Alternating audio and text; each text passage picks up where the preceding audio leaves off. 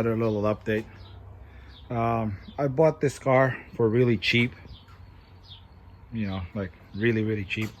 It's got a front end damage on it, but I bought it because I needed a LS swap for somebody.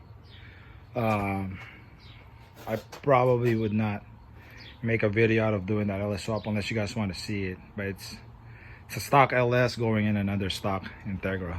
So, but yeah, it's, other than the front end, it's actually not bad condition. The car only has 90,000 miles.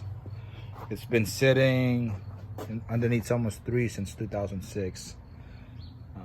Show you the mileage. As you can see, it's only got 90,942 miles. It's got a lot of crap in it, but it's just dirty. That part of the seat is worn out, but the rest of the interior is good. I don't know. It's got that damage on it. Cobwebs. And it's an RS, guys, so there's no sunroof. So I don't know. Kind of have the itch of saving this car. After I pull the swap out and fix, basically put it in a friend's car.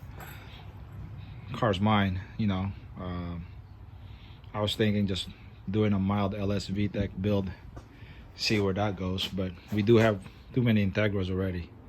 So I don't know. Let me know what you guys think. What should we do with this? Should we go ahead and save this car or send it to heaven?